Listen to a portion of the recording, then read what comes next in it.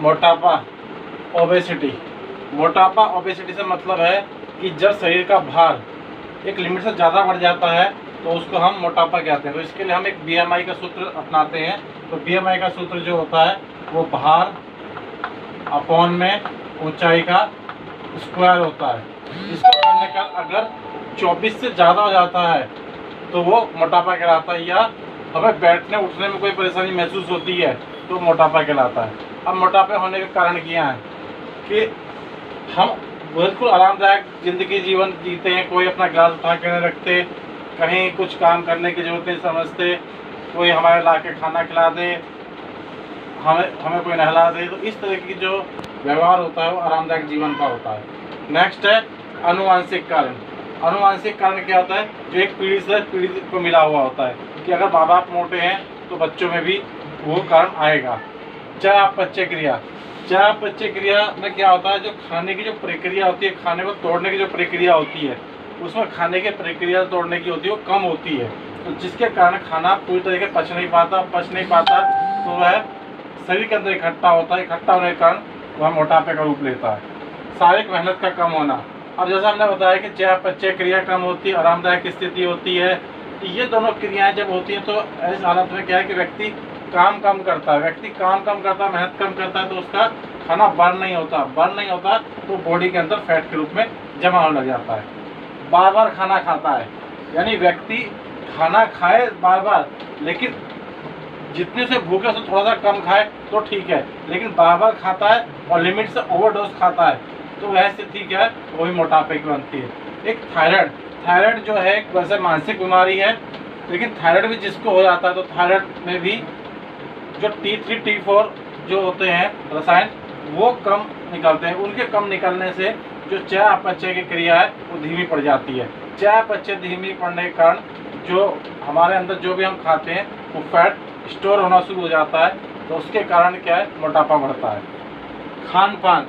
अब खान पान हमारा कैसा है, अगर हम शुद्ध सात्विक खाना खा रहे हैं तो हमारा मोटापा कम बढ़ेगा, लेकिन हम ओवर फैट का, ओवर प्रोटीन खाना ज़्यादा खा रहे हैं, ओवर कार्बोहाइड्रेट खाना ज़्यादा खा रहे हैं तो हमारा मोटापा बढ़ने के चांस ज़्यादा रहेगा। तनाव व दबाव। अभी तनाव व दबाव में क्या होता है, तनाव दबाव के कारण जो हमारी ये चयापचय क्रिया धीमी पड़ जाती है, शारीरिक मेहनत कम होती है और हम बार बार खाते हैं। ये तीनों कारण इस तनाव के कारण बढ़ जाते हैं। जब तनाव के कारण ये तीनों कारण बढ़ जाते हैं तो इससे मोटापा भी बढ़ जाता है।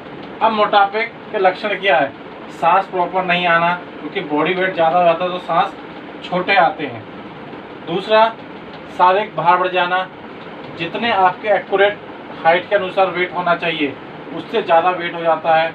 हड्डियों व जोड़ों में दर्द होना, जैसे कि वेट ज़्यादा होता है, जैसे आप खड़े होते हो तो आपकी हड्डियों और जोड़ों में दर्द होता है। चौथा, त्वचा रोग।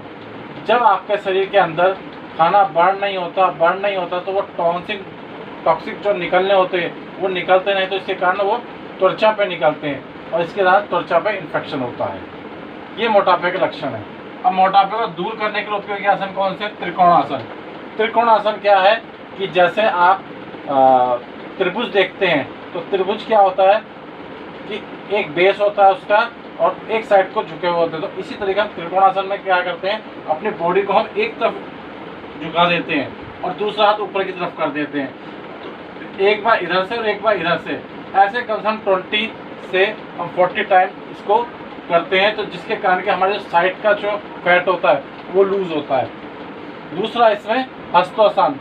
हस्तोसन में क्या होता है कि आपकी दोनों हथेलियां जो है ऊपर की तरफ होती हैं, आसमान की तरफ। आपकी दोनों हथेलियां जो है आसमान की तरफ होती हैं और आसमान की तरफ होती है, तो इसके कारण क्या होता है कि आपका शरीर ऊपर की तरफ खिंचता है तो आपका बॉडी वेट जो है पेट से ऊपर की तरफ खिंचता है और नीचे का वेट नीचे की तरफ खिंचता है, तो ये हस्तोसन में होता है।